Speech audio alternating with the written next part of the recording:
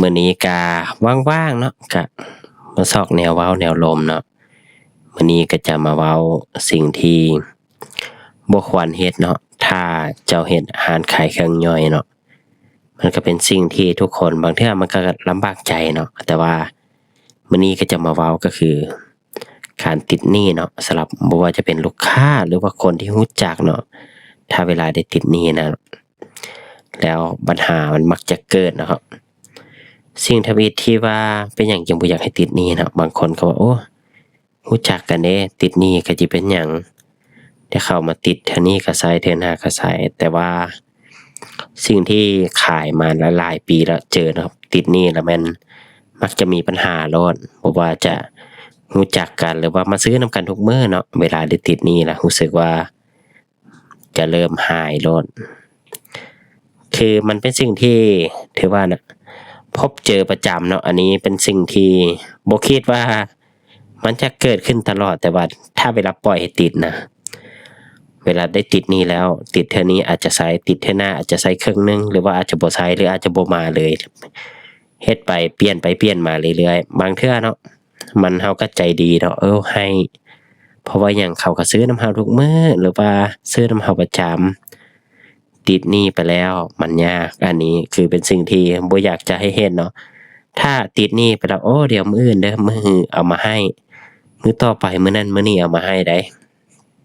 เจ้าก็อาจจะได้อยู่ดอกบางเทื่อหนึ่ง2เทื่อแต่ว่าถ้าเจ้าปล่อยไปแล้วหั้นนะมันจะเกิดกรณีขึ้นมาว่าเทื่อแล้วข้อยก็ติดหนี้ได้เด้เทื่อต่อไปข้อยก็ติดหนี้หรือว่าต่อๆไปก็ติดเฮ็ดไปเฮ็ดมาเราต้องเอาเงินที่เราจะใช้นั่นน่ะเอามาบริหารมันคือแบบเว้าง่ายๆเนาะ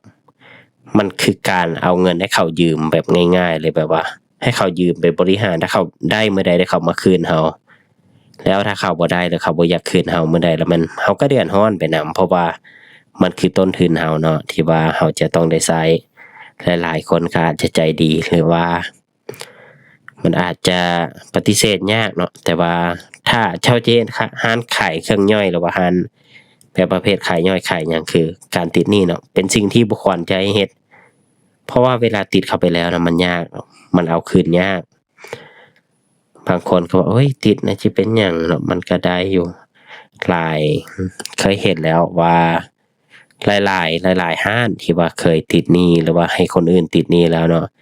มักจะพังไปบ่รอดได้เปลี่ยนอาชีพเป็นอาชีพใหม่อันนี้มันก็เกิดขึ้นเนาะสำหรับคนที่บริหารจัดการบ่ได้เนาะสำหรับเรื่องนี้มันเป็นสิ่งที่อันตรายได้บ่แม่นว่าบ่อยากให้ติดแต่มันก็แล้วแต่กับแต่ละคนถ้าว่า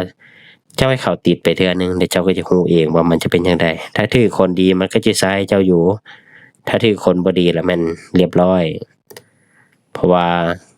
ข้อยก็เคยแบบเจอคือกันบ่แม่นข้อยเป็นคนเจอเองเนาะพ่อแม่บางเทื่อเขาก็ให้ไปเนาะมาซื้อเครื่องนำเฮาซื้อเทื่อนี้ซื้อเทื่อหน้าถ้าว่าขอติดไว้ก่อนเด้อเงินเดือนยังบ่ทันออกจังซั่นจังซี่แล้วเก็บเครื่องเราไปเก็บแบบนั้นแบบนี้เข้าไปสุดท้ายเนาะหนีเคยเจอมาแล้วมาเก็บเครื่องไปก็ถือว่าเป็นจำนวนหลายสุดท้ายก็หนีแล้วโทรนำก็คือเก่าเนาะ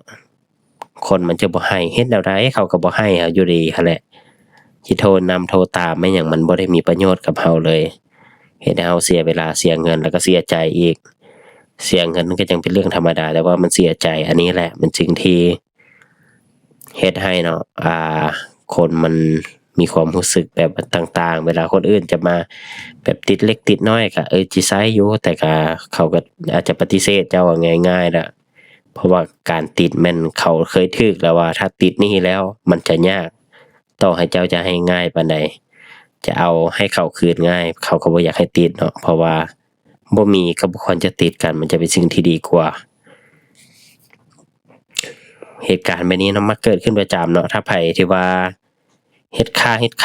ขายย่อยนะอยากให้ติดหนี้น่ะเรื่องนี้คือเรื่องที่อันตรายแล้วเพราะว่ากำไรเขามันบ่ได้หลายปานนั้นซั่วเขาติดเนาะเบียร์ลังหนึ่งติดไปแหมเจ้าได้กำไรอย่างเก่งก็คือประมาณ 5,000 กีบต่อเบียร์ลังหนึ่งเจ้าลงทุนไปเงินเกือบ 300,000 ได้เงินมา 5,000 กีบแล้วปล่อยเขาติดหนี้ลองติดไปจักอาทิตย์หนึ่ง เจ้ามีเวลาไปซอกนำฉันบอกมันบ่ได้มีเวลาบางเทื่อไปนำเอาเงินคือค่อยอยู่เฮือนแม่โอ้ถ้าเจ้าคิดจะให้น่ะเจ้าขี่กายหน้าห้านค่อยทุกมื้อเจ้าก็ต้องให้แหละสิไปนำเอาเงินอยู่เฮือนมันก็จะเป็นเรื่องที่ลำบากมันจะเป็นเรื่องที่จะไปเอาได้ตอนเว้าน่ะมันคือว่าง่ายแต่ว่าตอนจะเอามันคือเรื่องที่ยากที่สุดมันเป็นสิ่งที่ค่อยบ่มักที่สุดก็คือการทวงหนี้นี่แหละเป็นสิ่งที่ลำบากเพราะว่าติดหนี้น่ะมันทวงยากเฮาเว้ายากเว้าแข็งมันก็บ่ได้เว้าอ่อนเขาก็บ่ให้อยู่ดีถ้าคนมันสิบ่ให้แนวใดเขาก็บ่ให้สำหรับข้อยเองก็เป็นคนที่ว่าง่ายๆก็บ่ได้มีหนี้สินแล้วก็บ่ได้อยากจะมีเวลาซื้อเครื่องซื้อของเนาะพวกที่เป็นเซลล์เป็นอิหยังต่างๆเขาให้ติดนะ100 ล้านก็ติดได้200 300ก็ติดได้ก็บ่เป็นหยังเขาให้ติดถ้าข้อยบ่ติดเนาะมีเงินจ่ายเงินสดบ่มีข้อยก็โอนให้ข้อยบ่ติดมันบ่แม่นว่าเรื่องที่ว่าข้อยจะติดบางเทื่อมันมักจะมีคล้ายๆเนาะช่วงปีใหม่บ่ช่วงนั้นนะเขาจะเอาเบียร์มาให้เนาะบางเทื่อให้200 300บางเทื่อก็400 500หลังแล้วเบียร์แก๊สเบียร์มาหยังอีกต่างหากคือเต็ม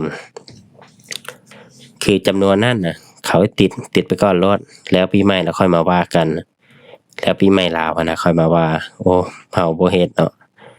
เวลาติดน่ะเขาก็รู้อยู่แล้วว่าเขาก็จะเป็นจะต้องใช้เงินคือกันถึงแม้ว่าเขาจะไม่ให้เราขายเนาะเราพอใจที่ว่าเขาจะเอาอยู่จำนวนเท่านี้เนาะถ้าเราคิดจะขายเท่านี้ค่อยก็จ่ายไปหมดรวดโลดเพราะว่าถ้าใด400-500หลังก็จ่ายไป400-500หลังค่าหลังถ้าใดค่อยก็จ่ายเต็มไปคือบ่ติดบ่หยังมีแต่ว่าหลังจากนั้นค่อยขายได้เหลือเท่าใดแล้วสุดท้ายเนาะเวลาค่อยไปส่งคืนลังเบียร์มีเท่าใดแก้วมันจำนวนเท่าใดค่อยขายคืนมันต้องขายได้เนาะมันค่อยส่งคืนมันต้องส่งได้ทั้งหมดเวลานั้นเนาะมันจะลมกันจังซี่แล้วก็เฮ็ดเวียกนำกันหรือว่าค้าขายนำกันทุกมื้อซื้อเครื่องนำกันทุกมื้อ5ล้าน10ล้านก็เป็นเรื่องปกติแต่แบบนี้มันจะคนแบบนี้มันจะอยู่นำกันได้ถ้าคนแบบติดแด่จังซั่นจังซี่ล่ะคนที่แบบนี้หั่นแหละถ้าห่างไขได้ก็จะเป็นการดีก็เว้าเสียดสีน้ำใจบางเทื่อก็เสียดสีเขาให้แบบเขาเจ็บเขาหยังให้เขาบ่อยากติดหนี้เขาสังขี้หน้าเราบางเทื่อมันก็ดีกว่าเราไปให้เขาติดหนี้แล้วเราลำบากใจเราเองเราเป็นทุกข์อันนี้มันเป็นสิ่งที่บ่ดีเราลำบากเองมันบ่แม่นสิ่งที่ดีเลยอันนี้ก็มาเว้าประมาณนี้เนาะบ่มีหยังก็เว้าง่ายๆเล่าประสบการณ์หน่อยหนึ่งถ้าไผใจดีก็สามารถติดให้เขาติดได้อาจจะได้บุญบ่บุญเข้าได้แต่ลำบากเรานี่แหละเราเป็นทุกข์